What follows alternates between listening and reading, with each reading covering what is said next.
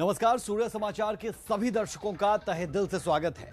राज की बात लेकर हाजिर हूं मैं, राज ठाकुर आपके साथ। राज की बात में आज बात होगी कांग्रेस की भारत जोड़ो यात्रा की, जिसका हरियाणा में पार्ट 2 चल रहा है।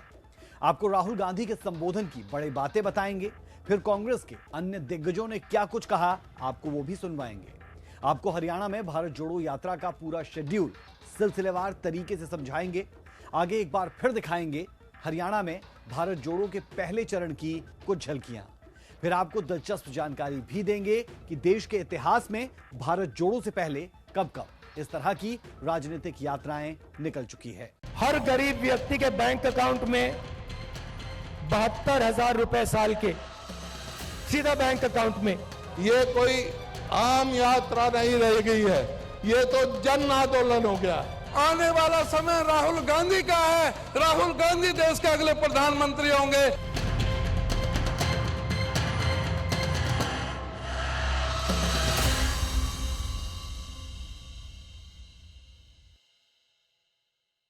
सात सितंबर को कन्याकुमारी से शुरू हुई राहुल गांधी की भारत जोड़ो यात्रा की हरियाणा में दूसरी बार एंट्री हो चुकी है।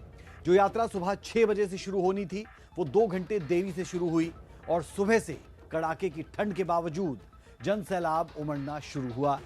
रात की बात यह कि भारत जोड़ो में सुरक्षा को लेकर कांग्रेस पहले ही सवाल उठा चुकी है और यही वजह है कि इस बार पानीपत में सुरक्षा का फुल प्रूफ प्लान तैयार हुआ। इतना ही नहीं, जिले में धारा 144 भी लगा दी गई। रिपोर्ट देखिए। भारत जोड़ो की फिर हरियाणा में एंट्री, सुरक्षा के पुख्ता इंतजाम। यात्रा से राहुल को क्या होगा हासिल? जनवरी महीने की शुरुआत में हाड़ कंपा देने वाली ठंड के बीच राहुल गांधी एक बार फिर से भारत जोड़ो यात्रा पर हैं। दिल्ली से शुरू हुई ये यात्रा अपने दूसरे चरण में यूपी होते हुए हरियाणा में प्रवेश कर गई है। 5 तारीख को पानीपत के सनौली में रात्रि ठहराव के बाद शुक्रवार सुबह 8 बजे यात्रा की शुरुआत हुई। इस यात्रा में राहुल गांधी के साथ हरियाणा कांग्रेस के तमाम दिग्गज कदम ताल कर रहे हैं। जिस प्रकार से जनता राहुल गांधी जी की भारत जोड़ो यात्रा का स्वागत कर रही है और जिस प्रकार से सरों का हजूम निकल कर आ रहा है, अपने आप एक जोश आता है और निश्चित रूप से पब्लिक रिस्पांस और पब्लिक परसेप्शन बदलता है दोनों चीज़ें। तो मैं विश्वास से कह सकता हूं कि जिस तरह सड़कों पर लोग निकल कर आए हैं इतनी ठंड में और इतनी सुबह, तो निश्चित रूप से हरियाणा में एक बदलाव की आंधी लेकर आए हैं राहुल गांधी। वहीं राहुल गांधी की सुरक्षा का भी विशेष ध्यान रखा जा रहा है। सीआईएसएफ के 75 जवान और सीआरपीएफ के अलावा एनएसजी कमांडो को राहुल गांधी की सुरक्षा में तैनात किया गया है। इसके अलावा जिला पुलिस ने बाहरी सुरक्षा का जिम्मा संभाला हुआ है। कानून व्यवस्था को बेहतर बनाए रखने के लिए 9 एडिशनल एसपी, 28 डीएसपी, 62 इंस्पेक्टर और करीब 3000 पुलिसकर्मियों की ड्यूटी लगाई गई है। जानकारी के मुताबिक रात्रि ठहराव के समय किसी भी नेता या अधिकारी को राहुल गांधी के पास जाने की अनुमति नहीं है। आपको बता दें कि राहुल गांधी की सुरक्षा को लेकर दिल्ली में कांग्रेस बड़ा मुद्दा बना चुकी है, लिहाजा हरियाणा में प्रशासन की ओर से पूरी मुस्तैदी बरती जा रही है। सूर्य समाचार के लिए सोनीपत से दीपक गौतम और सुमित भारद्वाज की रिपोर्ट।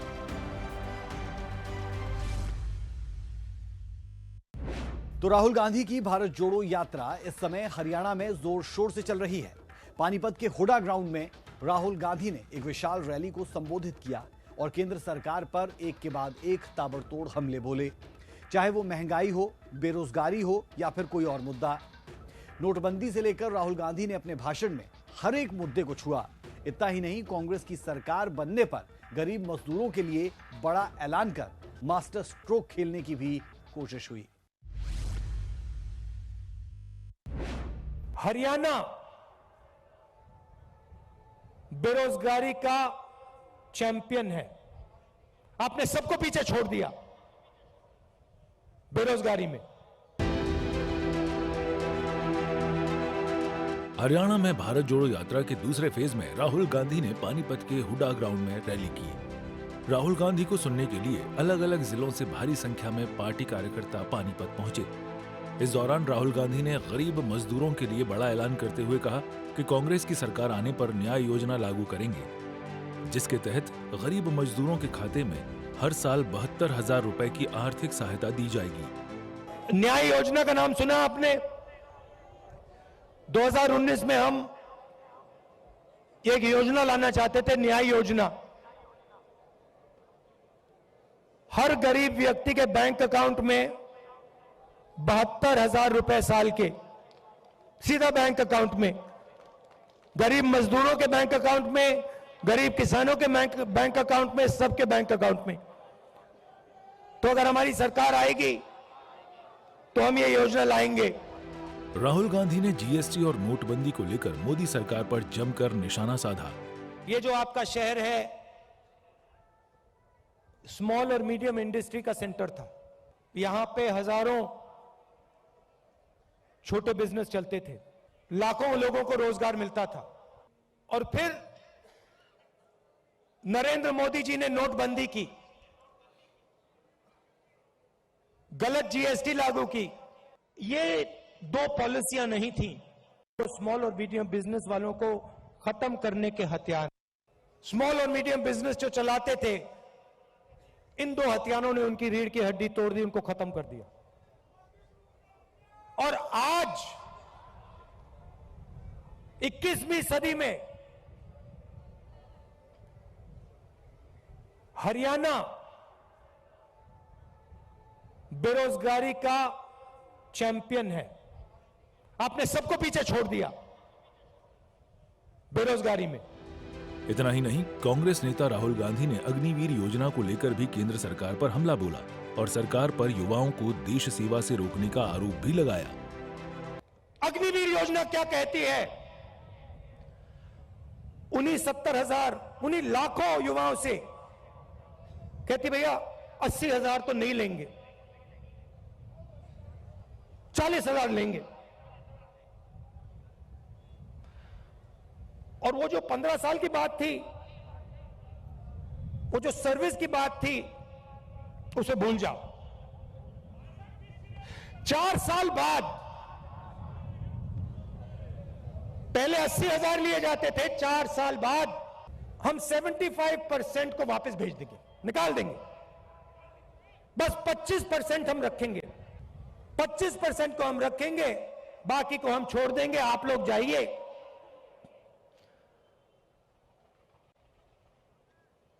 बेरोजगार हो जाइए। राहुल ने सरकार पर नफरत फैलाने का आरोप भी लगाया और नफरत के बाजार में मोहब्बत की दुकान खोलने की बात को एक बार फिर दोहराया। आपके नफरत के बाजार में मोहब्बत की दुकान खोल रहा हूं।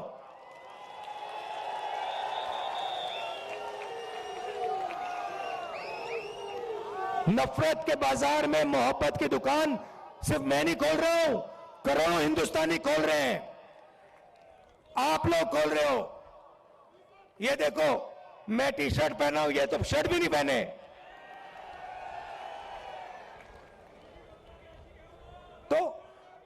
तो इस यात्रा ने नफरत को मिटाने का काम किया है। कुल मिलाकर राहुल गांधी ने अपने संबोधन के दौरान केंद्र सरकार पर बैक टू बैक हमले किए। हुडा ग्राउंड पहुंचने से पहले राहुल गांधी ने यूपी बॉर्डर से शहर तक 13 किलोमीटर की पैदल यात्रा भी की। सूर्या समाचार के लिए पानीपत से दीपक गौतम और सुमित भारद्वाज की रिपोर्ट।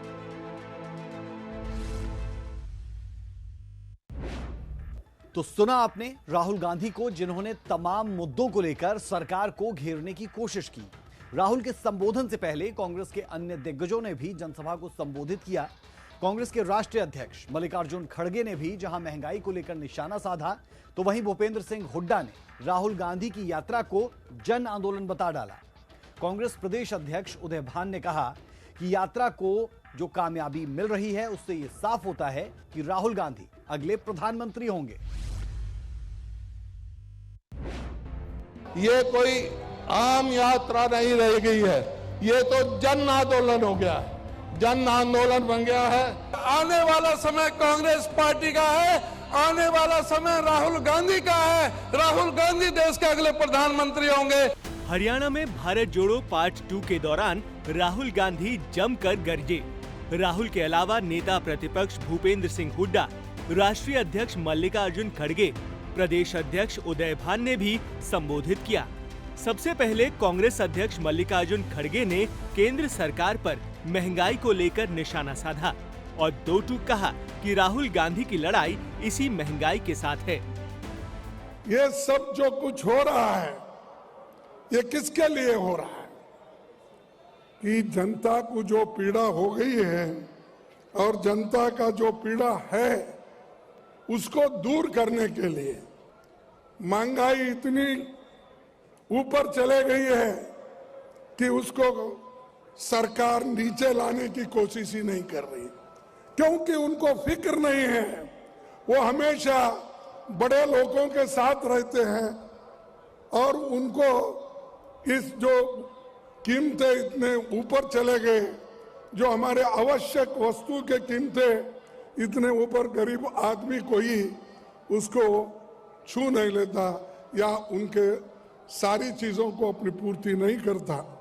ऐसे एक वक्त इन्फ्लेशन, इस इन्फ्लेशन के खिलाफ उनकी लड़ाई है। वहीं हरियाणा कांग्रेस के अध्यक्ष उदय भान ने दावा किया कि यात्रा को मिली कामयाबी से स्पष्ट है कि राहुल गांधी ही अगले प्रधानमंत्री होंगे। जिस तरह से मोदी जी को बेनकाब करने का काम किया है हर मोर्चे पर, चाहे वो नोटबंदी थी, चाहे वो जीएसटी थी, चाहे चाइना का मामला था, चाहे वो और जो दूसरे जो जिस तरह से हमारे जो पब्लिक सेक्टर के दायरे जो कांग्रेस पार्टी ने खड़े किए थे उनको एक एक करके बेचने का काम किया जा रहा है। रेलवे स्टेशन और रेलवे ट्रेन बेची जा रही हैं। आज बैंक और इंश्योरेंस कंपनी सभी का सौदा हो रहा है। आज उनको लिए आवाज उठाने का काम राहुल जी ने किया है और जो भी संवैधानिक संस्थाओं का जो अवमूल्यन हो रहा है उनके लिए आपने आवाज उठाई है, उसके लिए सारा देश आपका बहुत आभारी है। और आने वाला समय कांग्रेस पार्टी का है, आने वाला समय राहुल गांधी का है। राहुल गांधी देश के अगले प्रधानमंत्री होंगे। धन्यवाद। नेता प्रतिपक्ष भूपेंद्र हुड्डा ने कहा कि ये जनसमूह बता रहा है कि आने वाले समय में दिल्ली किसकी होगी। हुड्डा ने राहुल गांधी की यात्रा को जन आंदोलन करार दिया। इतना जनसमूह जो खड़ा है और बहुत सारी हमारे ट्रैफिक रोक दिए गए हैं, ये आज खुद बता रहा है कि आने वाले समय में दिल्ली किसकी होगी। दिल्ली किसकी होगी? कांग्रेस की होगी आपकी दिल्ली।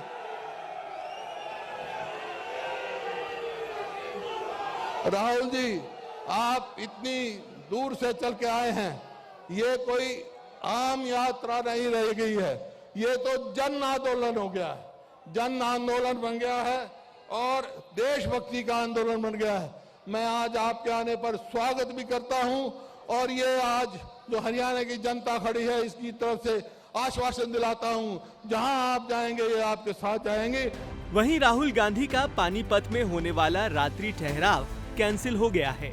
मां सोनिया गांधी की तबीयत के चलते राहुल गांधी ने ये फैसला लिया है। राहुल गुरुवार रात को भी पानीपत में नहीं रुके थे।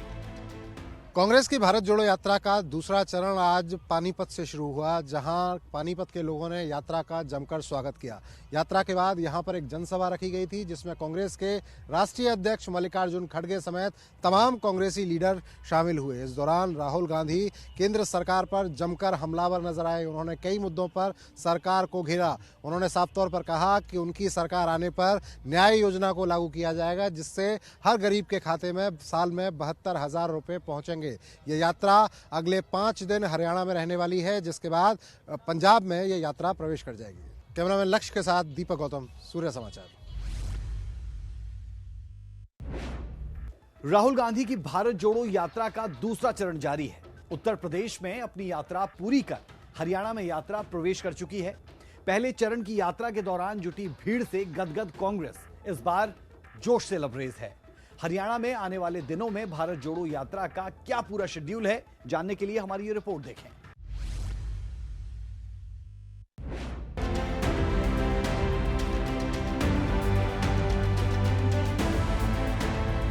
कांग्रेस की भारत जोड़ो यात्रा हरियाणा में है। ये हरियाणा में भारत जोड़ो यात्रा का दूसरा चरण है। इससे पहले राजस्थान से हरियाणा होते हुए यह यात्रा दिल्ली में प्रवेश की थी, जहां 9 दिन के ब्रेक के बाद 3 जनवरी से दोबारा यात्रा शुरू हुई। यूपी के 3 जिलों को पार कर अब ये यात्रा हरियाणा पहुंच चुकी है। भारत जोड़ो यात्रा में राहुल गांधी 6 जनवरी को हरियाणा के पानीपत में सनौली से लेकर संजय चौक तक 13 किलोमीटर पैदल चले। राहुल गांधी के भारत जोड़ो यात्रा के आगे के पूरे शेड्यूल के बारे में बात करें तो 7 जनवरी 2023 को सुबह 6 बजे घरोंडा के कोहंड गांव से भारत जोड़ो यात्रा शुरू होगी। करनाल के मधुबन में सुबह 10 बजे मॉर्निंग ब्रेक होगा। दोपहर 3:30 बजे डीएवी स्कूल से यात्रा का दूसरा चरण शुरू होगा। शाम 6:30 बजे एनडीआरआई चौक पर इवनिंग ब्रेक होगा। करनाल के इंद्री में यात्रा का रात्रि विश्राम होगा। 8 जनवरी 2023 को करनाल के नीलोखेड़ी खंड के गांव श्यामगढ़ से सुबह 6 बजे यात्रा की शुरुआत होगी। सुबह 10 बजे द ग्रेट खली ढाबे के पास मॉर्निंग ब्रेक तय किया गया है। दोपहर 3:30 बजे कुरुक्षेत्र के थानेसर में जिरबारी से यात्रा का दूसरा चरण शुरू होगा। शाम 6:30 बजे कुरुक्षेत्र पुराने बस अड्डे पर शाम का ब्रेक तय है। कुरुक्षेत्र के प्रतापगढ़ में यात्रा का रात्रि विश्राम होगा। 9 जनवरी 2023 को सुबह 6 बजे खानपुर में कोलियां से यात्रा शुरू होगी। सुबह 10 बजे शाहबाद पीडब्ल्यूडी रेस्ट हाउस में मॉर्निंग ब्रेक होगा। दोपहर 3:30 बजे पट्टी बोरीपुर से यात्रा का दूसरा चरण शुरू होगा। शाम 6:30 बजे यात्रा अंबाला के मोहरा मौलाना पहुंचेगी। न्यू अनाज मंडी अंबाला कैंट में रात्रि विश्राम होगा।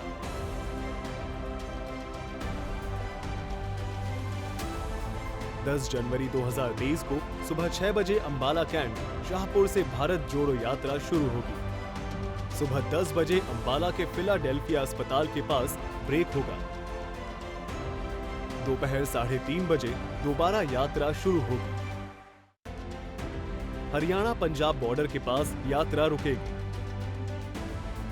राहुल गांधी की भारत जोड़ो यात्रा की बात की जाए तो यात्रा अभी तक तमिलनाडु, केरल, कर्नाटका, आंध्र प्रदेश, तेलंगाना, महाराष्ट्र, मध्य प्रदेश, राजस्थान, दिल्ली, उत्तर प्रदेश, हरियाणा तक जा चुकी है। भारत जोड़ो यात्रा को अभी पंजाब, हिमाचल प्रदेश, जम्मू कश्मीर तक भी जाना है। बहरहाल भारत जोड़ो यात्रा आने वाले दिनों में राजनीतिक पटल पर कितनी सफल हो पाएगी, अभी इसके लिए इंतजार करना होगा। लेकिन इस यात्रा में राहुल गांधी के कई रंग देखने को मिले हैं, जो कांग्रेस को भावनात्मक लाभ पहुंचा सकती है। आपको बता दें कि कांग्रेस अगर आज अपने अस्तित्व के लिए लड़ रही है, तो साल 1998 और 2004 में भी पार्टी की स्थिति अच्छी नहीं थी, लेकिन कांग्रेस ने 10 साल के लिए सत्ता में फिर से वापसी कर खुद को साबित किया था। सूर्या समाचार के लिए पानीपत से सुमित भारद्वाज और दीपक गौतम की रिपोर्ट। 7 सितंबर को कन्याकुमारी से शुरू हुई राहुल गांधी की भारत जोड़ो यात्रा की 105वें दिन हरियाणा के नूह में एंट्री हुई थी। हरियाणा में 3 दिन तक चलने वाली यात्रा का यह पहला फेज रहा था। पूर्व सीएम भूपेंद्र सिंह हुड्डा सहित अन्य नेताओं ने फ्लैग सेरेमनी में शामिल हुए थे। अब सवाल यह उठता है कि हरियाणा में सबसे पहले नूह से ही यात्रा क्यों शुरू की गई थी। राज की बात यह भी कि यहां पर कांग्रेस पार्टी का अच्छा खासा वोट बैंक है। यहां से कांग्रेस के 3 विधायक आते हैं और यही कारण है कि राहुल गांधी की यात्रा सबसे ज्यादा मुस्लिम बाहुल्य जिले नूह में रुकी। इसके अलावा भारत जोड़ो यात्रा से 2024 से पहले हरियाणा कांग्रेस को क्या संजीवनी मिल सकती है, क्या है हरियाणा में भारत जोड़ो यात्रा के सियासी मायने, जानने के लिए देखिए हमारी एक खास रिपोर्ट।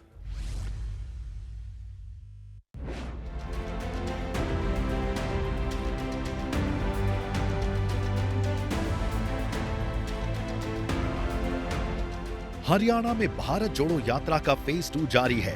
पहले फेज के दौरान यात्रा को अपार जन समर्थन मिला था। यात्रा के पहले चरण में नूह, फरीदाबाद, गुरुग्राम जिलों को कवर किया गया था। 7 सितंबर को कन्याकुमारी से शुरू हुई राहुल गांधी की भारत जोड़ो यात्रा ने 105वें दिन राजस्थान के साथ लगते नूह जिले में पड़ने वाले मुंडका बॉर्डर के जरिए हरियाणा में प्रवेश किया था। हरियाणा में यात्रा का ये पहला फेज रहा था, जिसमें यात्रा 3 दिनों में 3 जिलों से होकर गुजरी। भारत जोड़ो यात्रा ज्यादा समय मुस्लिम बाहुल्य इलाके नूह में रुकी। हर जिले में एक दिन यात्रा का ठहराव हुआ और 24 दिसंबर की सुबह यात्रा ने दिल्ली में एंट्री कर ली। मुझसे पहले पूछा गया, बीजेपी के नेताओं ने पूछा कि यात्रा की क्या जरूरत है, क्या जरूरत है कन्याकुमारी से कश्मीर चलने की। तो मैंने उनका जवाब दिया, आपके नफरत के बाजार में, आपके नफरत के बाजार में मोहब्बत की दुकान खोल रहे हैं। हरियाणा में राहुल गांधी की भारत जोड़ो यात्रा के कई सियासी मायने हैं, जैसे कि सूबे में कांग्रेस 2 टर्म से सत्ता से दूर है। राहुल कांग्रेस के गिरते जनाधार को बढ़ाने में संजीवनी की तरह काम करेंगे। बीजेपी की सत्ता विरोधी लहर को भी हवा मिल सकती है। राज्य के नेताओं में चल रही गुटबाजी एकजुटता में तब्दील होगी। खैर, राहुल गांधी की भारत जोड़ो यात्रा से कांग्रेस को राजनीतिक फायदा कितना पहुंचेगा, ये तो आने वाले वक्त में ही पता चल पाएगा।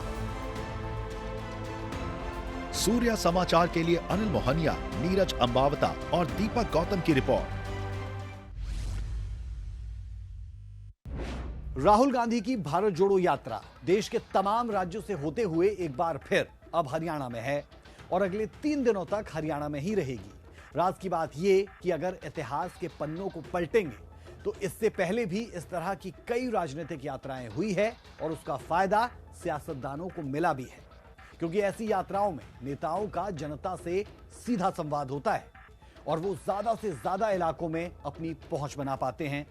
यानी आज जो राहुल गांधी कर रहे हैं वैसी पदयात्राएं पहले भी हमारे देश में हुई है और इनमें से कुछ पदयात्राएं तो उनकी दादी इंदिरा गांधी और उनके पिता राजीव गांधी की तरफ से भी की जा चुकी है। हमारी इस रिपोर्ट के जरिए देखिए कि अभी तक देश में कौन कौन से राजनीतिक दलों ने इस तरह की यात्राएं निकाली और उसका हश्र क्या हुआ, या फिर कहें कि उसका क्या अंजाम हुआ।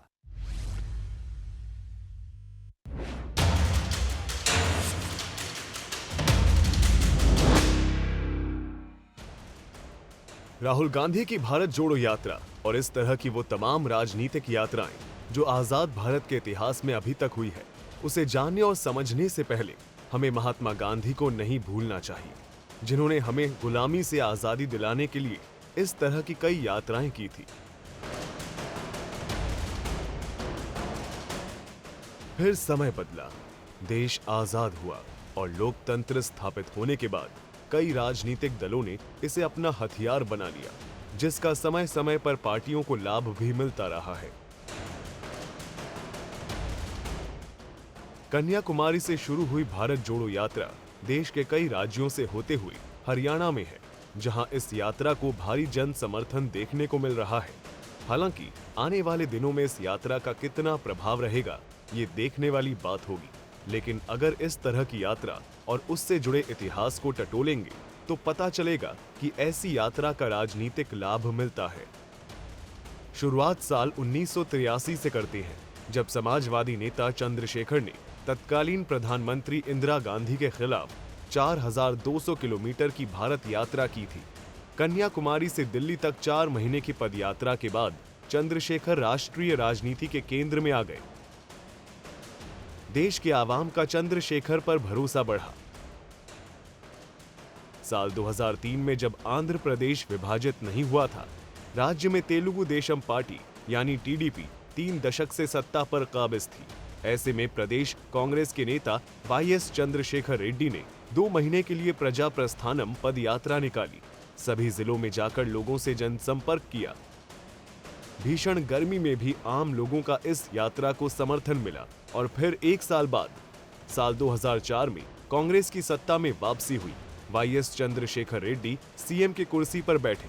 इसके बाद साल 2013 में टीडीपी नेता चंद्रबाबू नायडू ने भी यही रणनीति अपनाई और 208 दिनों में 2800 किलोमीटर पदयात्रा निकाली, जिसका परिणाम ये निकला कि एक बार फिर से टीडीपी की सत्ता में वापसी हो गई। इसी तरह 2017 में वाईएस चंद्रशेखर रेड्डी के बेटे जगन मोहन रेड्डी ने कांग्रेस से अलग होकर 3648 किलोमीटर की पदयात्रा निकाली, जो करीब 341 दिनों तक चली और साल 2019 के विधानसभा चुनाव में जगनमोहन रेड्डी को जनता का भरपूर प्यार मिला, जिसके बदौलत जगनमोहन रेड्डी सीएम बन गए। साल 2017 में मध्य प्रदेश में कांग्रेस के सीनियर नेता दिग्विजय सिंह ने नर्मदा नदी के किनारे 3300 किलोमीटर की यात्रा निकाली और साल 2018 विधानसभा चुनाव में कांग्रेस बीजेपी को हराने में सफल रही। इतना ही नहीं, बीजेपी को सत्ता के शीर्ष पर पहुंचने वाले वरिष्ठ नेता लालकृष्ण आडवाणी ने भी रथ यात्रा निकाली थी और उसका पार्टी को लाभ भी मिला था। और यही वजह है कि कांग्रेस को ऐसा लगता है कि आने वाले दिनों में राहुल गांधी की ये पदयात्रा एक बड़ा बदलाव लेकर आएगी।